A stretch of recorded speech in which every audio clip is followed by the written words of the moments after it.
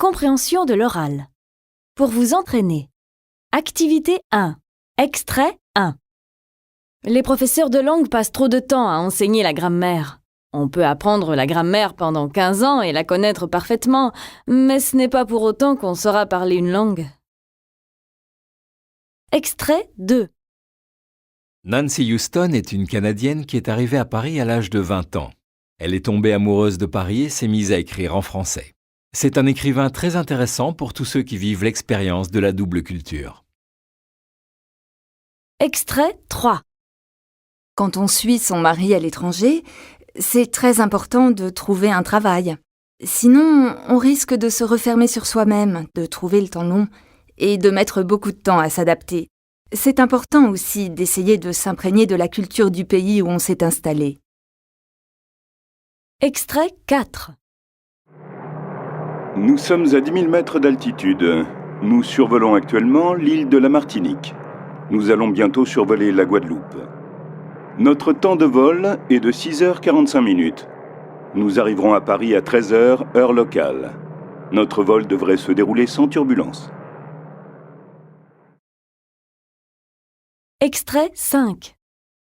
C'est beaucoup moins cher de prendre le menu. Regarde, avec une entrée et un plat, on arrive déjà à 25 €. Alors que si on prend le menu, on paiera la même chose, mais on aura le fromage et le dessert en plus. Extrait 6. J'ai vu une voiture qui arrivait à toute vitesse. Elle ne s'est pas arrêtée au feu rouge et elle a heurté un piéton qui est tombé. C'était une voiture verte dont la porte arrière était très abîmée. On a essayé de relever le numéro de la plaque d'immatriculation, mais on n'a pas réussi.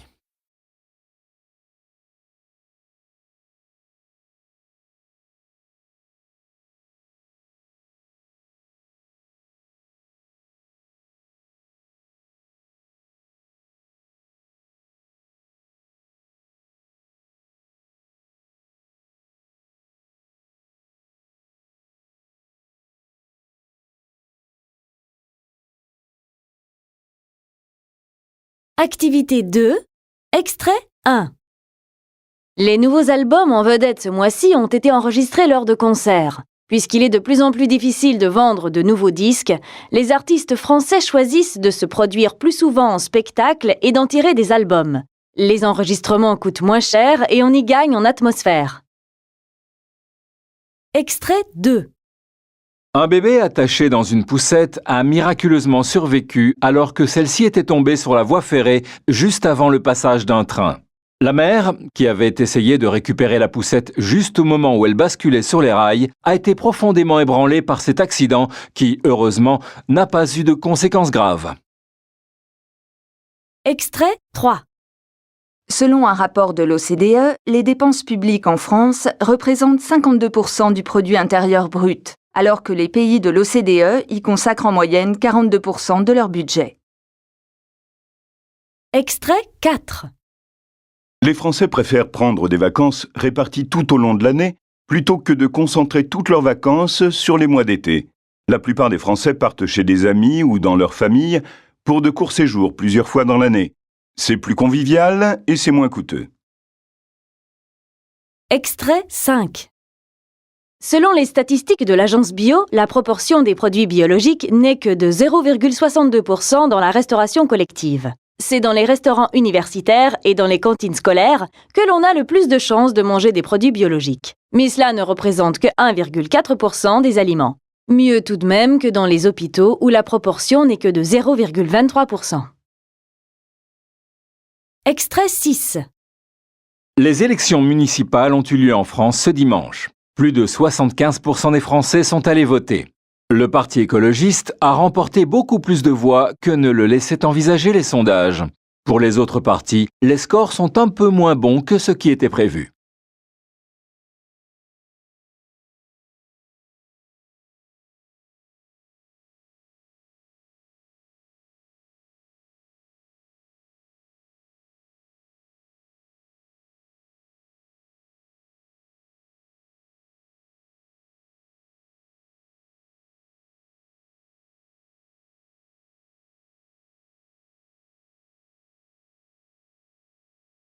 Activité 3.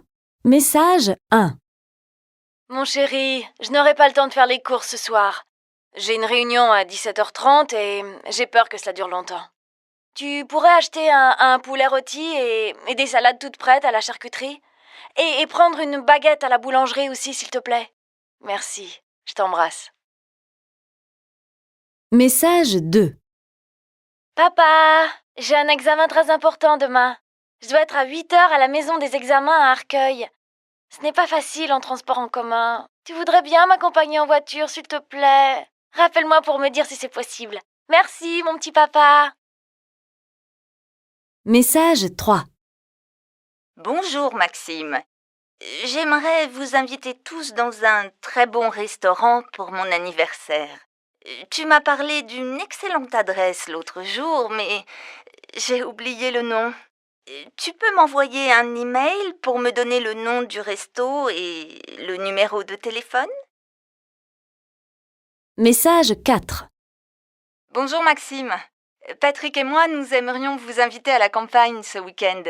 Je sais que je vous appelle un peu tard pour vous prévenir, mais si vous étiez libre, ça nous ferait tellement plaisir de vous voir. Appelle-moi sur mon portable, s'il te plaît, au 06 23 18 34 05.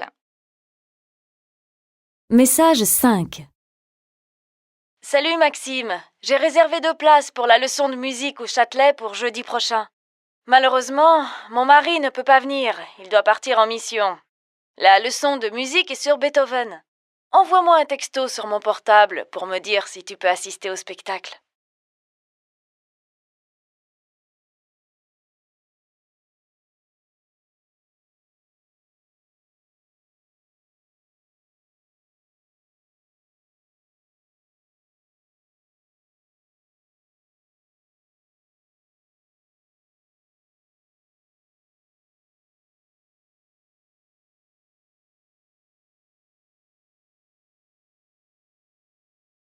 Activité 4. Message 1. Bonjour, ici le collège Paul Bert. Votre fille est malade, il faudra venir la chercher le plus rapidement possible. Elle vous attend à l'infirmerie. Message 2. Bonjour. Notre réunion de demain avec le secrétaire général est reportée à mercredi à 15h. J'ai réservé une salle pour notre présentation PowerPoint. Est-ce que tu pourras juste vérifier que tout le matériel fonctionne bien dans la salle? Tu sais qu'on a souvent des problèmes avec le son et je ne suis pas aussi doué que toi en technologie. Merci d'avance. Message 3. Bonjour, c'est Paul. J'ai préparé un compte-rendu de la réunion que nous avons eue vendredi. Je suis pas sûr d'avoir tout noté. Est-ce que tu pourrais le relire, s'il te plaît, et m'envoyer tes commentaires? À demain. Message 4. Bonjour. J'ai des problèmes de connexion Internet. Je ne comprends pas ce qui se passe. Est-ce que tu pourrais passer à mon bureau le plus rapidement possible pour m'aider à résoudre ce problème? Message 5. Allô, c'est Christophe. J'arrive jamais à te joindre. Je tombe toujours sur ton répondeur. Je voulais te proposer une réunion pour lundi après-midi. Est-ce que tu seras libre? Tu peux m'appeler? Parce que moi, à chaque fois que je t'appelle, il n'y a personne.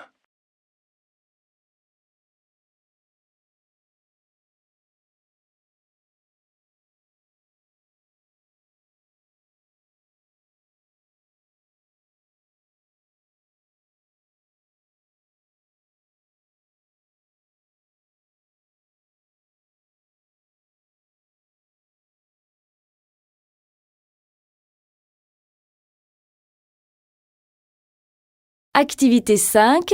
Phrase 1. Je trouve que c'était cher et pas très copieux. Je ne reviendrai plus dans ce restaurant. Phrase 2. Il était drôle, ton ami. J'ai jamais rencontré quelqu'un d'aussi amusant. Phrase 3. Ici, la limite de vitesse est de 60 à l'heure. Il vaut mieux que tu ralentisses. Phrase 4. Il fait un travail formidable. On a vraiment trouvé quelqu'un de bien. Phrase 5. Qu'est-ce qu'elle parle fort, cette dame? Elle doit penser qu'elle est seule dans le train. Phrase 6. Si tu veux obtenir un tarif réduit, il faut y prendre à l'avance.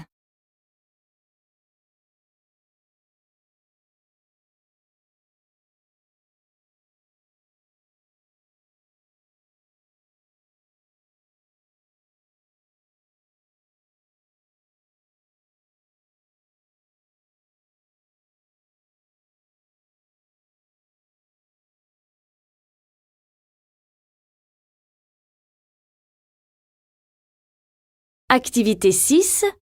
Pierre. Ça fait 5 ans que je travaille dans cette entreprise. Je m'entends bien avec mes collègues.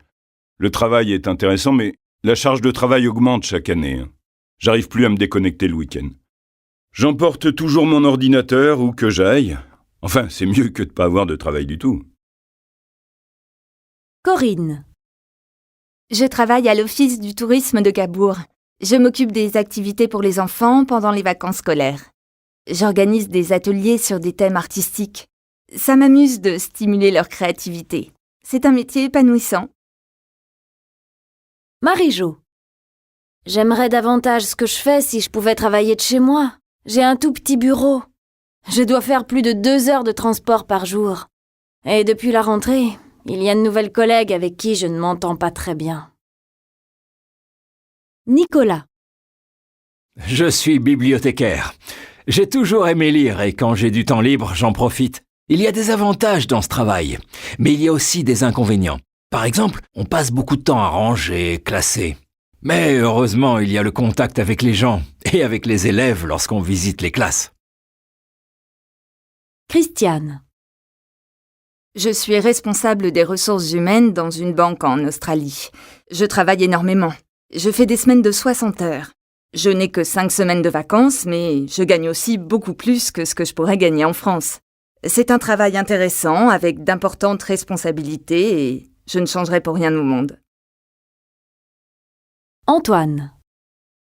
Je suis professeur de français. C'est vrai que c'est pas un métier facile de nos jours. Il y a des jours où je regrette d'avoir fait ce métier et d'autres où je me dis que c'est le plus beau métier du monde. J'essaie de donner à mes élèves le goût des études, de les aider à grandir. Et quand j'arrive à leur transmettre le goût de la lecture ou le plaisir d'une œuvre, j'éprouve une grande satisfaction. Robert. Je suis formateur de journalistes dans les pays en développement. Je rencontre des personnes formidables qui ont parfois de grandes difficultés à exercer leur métier. C'est un métier très riche sur le plan humain.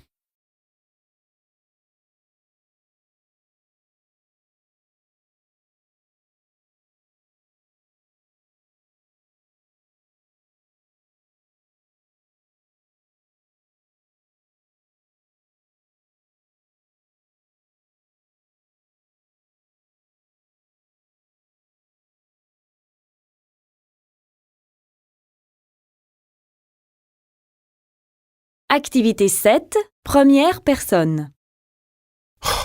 Il n'est pas encore rentré. Il avait dit qu'il serait là à minuit pourtant. J'arrive pas à dormir. Deuxième personne. Tu crois que je peux venir à la fête avec toi? J'ai pas été invitée. Troisième personne. Quand est-ce qu'on arrive? C'est long. Ça n'en finit pas ce voyage. Quatrième personne. J'ai eu seulement 12 à l'examen. Je m'attendais à mieux que cela tout de même. Cinquième personne. Ah ça alors? C'est Jacques! Mais qu'est-ce que tu fais là? Je croyais que t'étais à Londres. Sixième personne. Je ne veux plus que tu empruntes mes vêtements. Tu as encore fait une tache sur mon pantalon. Et elle ne part pas. Cette fois, tu vas m'en racheter un. Septième personne. Bien sûr que j'ai envie d'aller au Québec. Je suis sûr que ce sera un voyage magnifique.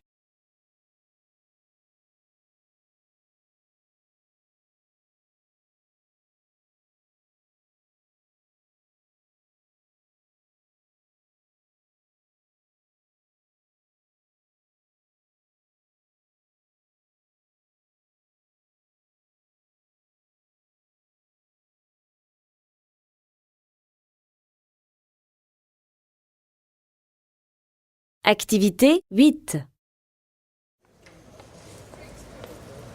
Tiens, salut Patrick. Tu viens souvent dans ce quartier? Joël, quel hasard. Comment vas-tu? Oh, je suis fatiguée en ce moment. Cette année, je suis dans une zone d'éducation prioritaire et j'ai beaucoup de mal avec mes élèves. Ah bon, mais qu'est-ce qui va pas? J'ai 3 classes de seconde avec de gros effectifs, 35 élèves par classe. Et dans chacune, il y en a plusieurs qui ont pas mal de difficultés. Pour la première fois, j'ai du mal à faire passer mes cours de français. Je sais plus comment les motiver. Ouais, je comprends. Ouais. Et t'as entendu parler de cette prof de français qui permet à ses élèves d'utiliser leur portable pour faire des films? Non? Raconte? Eh bien, elle leur demande d'écrire des scénarios, et puis ils mettent en scène ce qu'ils ont écrit et ils se filment. Ça marche très bien. Ils sont ainsi auteurs, acteurs et réalisateurs. Et ensuite, les réalisations des élèves sont présentées sur un site internet et dans le cadre du festival Pocket Film du Forum des Images à Paris. Quelle excellente idée! Et ça s'appelle Pocket Film? Le film en poche, je suppose. Oui, comme les élèves ont toujours leur téléphone sur eux, ils ont donc toujours une caméra avec eux. Ils n'ont pas peur de filmer ou d'être filmés, c'est naturel pour eux. Et du coup, ils ont une manière moins conventionnelle de faire du cinéma. Tu m'as donné une très bonne idée. Je vais essayer. Eh bien, bonne chance. Tu me raconteras comment ça s'est passé. Ouais, c'est ça. Au revoir, Patrick. Au revoir, Joël.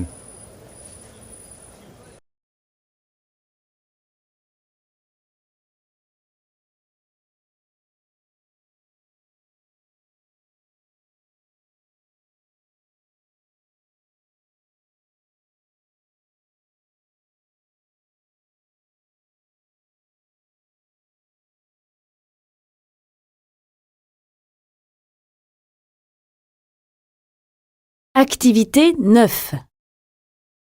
Si vous habitez Paris et que vous êtes une jeune femme coquette et qui aimez souvent changer de tenue, vous pourrez trouver un magasin qui loue des vêtements à la mode. Ce magasin s'appelle Paper Dolls, les poupées de papier. Qui n'a pas joué étant enfant à habiller des poupées de papier avec des vêtements différents qu'on accrochait sur le modèle?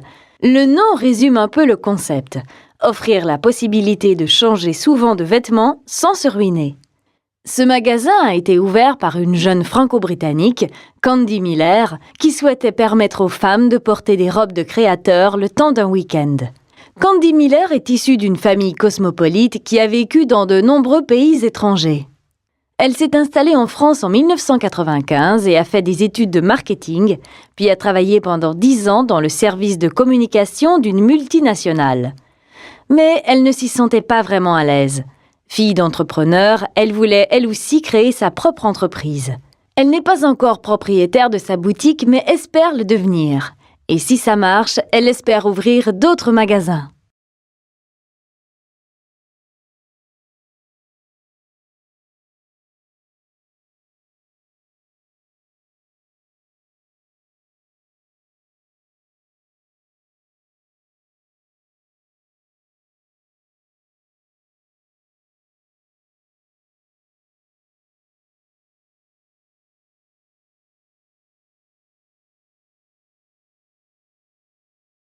Activité 10.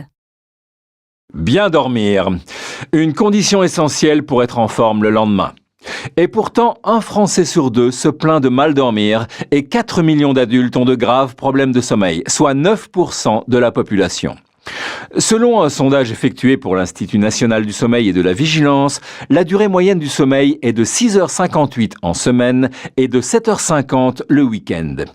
En 50 ans, le temps de sommeil moyen a diminué de 1h30. Principale raison, les écrans. La télévision bien sûr, mais surtout Internet. Et puis aussi le stress engendré par le travail et des journées de plus en plus longues. Dans son livre intitulé « Le sommeil dans tous ses états », publié chez Plomb, le professeur Damien Léger écrit, je cite, « Le manque de sommeil chronique n'est pas sans conséquence sur la santé. Fatigue, prise de poids, dépression, risque d'accident. La réduction du temps de sommeil aggrave le risque d'obésité et de diabète. Nous savons tous également qu'après une mauvaise nuit de sommeil, nous manquons de concentration et nous devenons plus irritables. Alors, comment remédier aux problèmes de sommeil? Première règle, il faut essayer de se coucher à des heures régulières, même le week-end. Ensuite, ne pas prendre d'excitants comme le thé, le café, les boissons sucrées, mais prendre un dîner léger plusieurs heures avant de se coucher. Et enfin, limitez le temps passé devant les écrans avant de dormir. Mieux vaut prendre un bon livre qu'on lira au lit.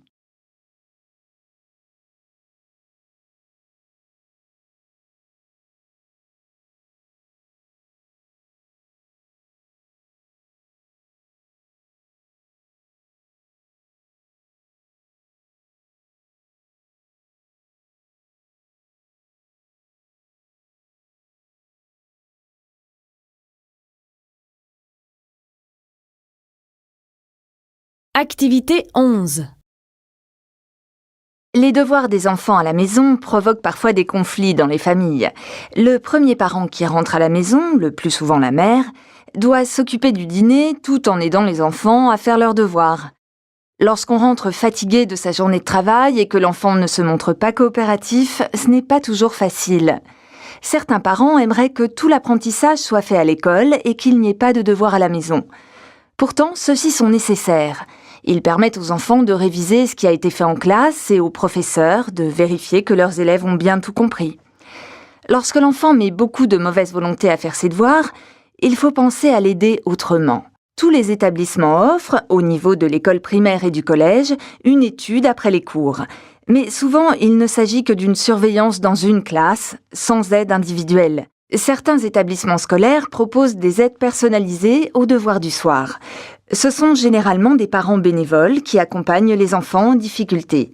Souvent, l'intervention d'une personne extérieure à la famille va permettre à l'enfant de se libérer de la peur de faire des fautes et de la peur de décevoir ses parents.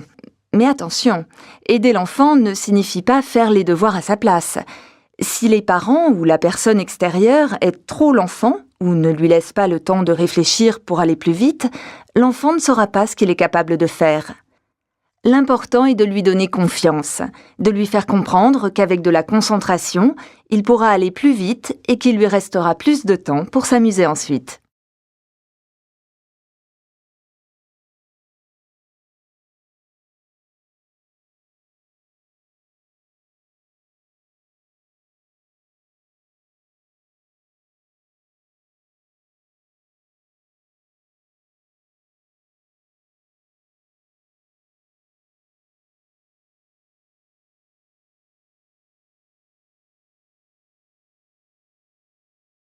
Activité 12. Sylvie Chemincreux. Vous êtes correspondante du journal Le Monde à Sydney. Vous écrivez des articles sur l'Australie, la Nouvelle-Zélande et le Pacifique Sud. C'est un énorme territoire. Oui, c'est vrai. Mais vous savez, les journaux n'ont pas les moyens d'avoir des correspondants dans tous les pays. Le Monde est l'un des journaux qui en a le plus. Seules les agences de presse ont des correspondants dans tous les pays. Comment organisez-vous votre journée de travail ? Je regarde d'abord la presse locale. J'écoute les informations à la radio et bien sûr le journal télévisé du matin. J'essaie de voir quels événements pourraient intéresser la rédaction du journal. Il est en fait assez rare d'écrire des articles sur l'actualité en Australie ou en Nouvelle-Zélande, sauf lorsqu'il s'agit des élections. Les articles que je fais sont plutôt de type magazine, soit sur des événements qu'on peut prévoir à l'avance, comme la course de voile entre Sydney et Hobart en Tasmanie, qui commence tous les ans le 26 décembre, soit sur des thèmes généraux, comme par exemple l'importance de la laine, ou bien sur des lieux comme la plage mythique de Bondi à Sydney, où s'entraînent les meilleurs surfeurs, ou bien encore la ville de Broome, en Australie occidentale, où on produit les plus grosses perles au monde. Et comment êtes-vous généralement accueillie en tant que représentante d'un journal français ? Très bien. C'est assez facile d'obtenir des interviews, même avec les politiciens. J'ai toujours été très bien reçue. Les Australiens ou les Néo-Zélandais sont plutôt faciles d'accès. Il m'est même arrivé qu'un ministre que je n'avais pas réussi à joindre dans la journée me rappelle le soir chez moi. Je ne crois pas que cela arriverait dans le sens inverse. Je ne pense pas qu'un ministre français rappellerait un journaliste australien chez lui pour répondre à ses questions. J'ai même eu la chance de recevoir l'ambassadeur d'Australie en France chez moi. Il était content des articles sur l'Australie et il souhaitait me rencontrer. En fait, j'aime beaucoup ce pays et j'ai essayé d'en montrer les bons côtés tout en gardant un regard critique. Merci beaucoup Sylvie Chemincreux pour cet entretien.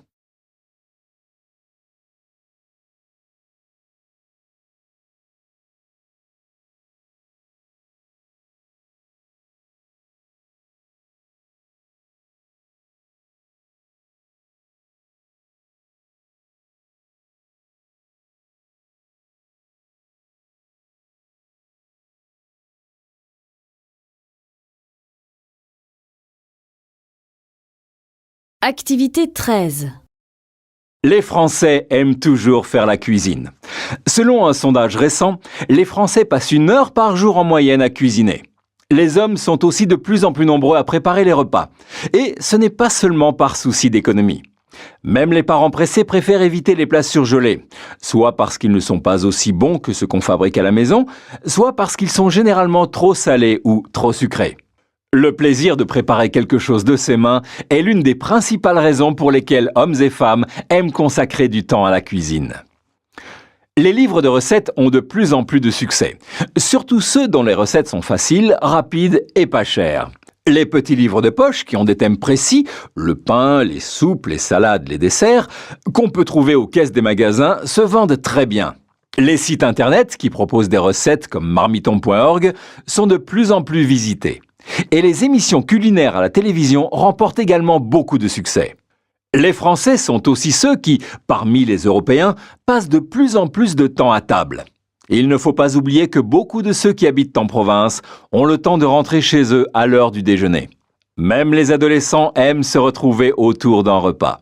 Beaucoup plus informel, certes. Il peut s'agir d'un pique-nique ou d'un goûter organisé dans un parc où chacun apportera quelque chose. Les soirées à thème ont du succès aussi. On décide par exemple que chacun apporte un plat typique de sa région et on partage. Ou bien, au retour des vacances, chacun apporte une spécialité d'un pays qu'il a visité. C'est moins de travail pour ceux qui reçoivent et c'est un concept amusant.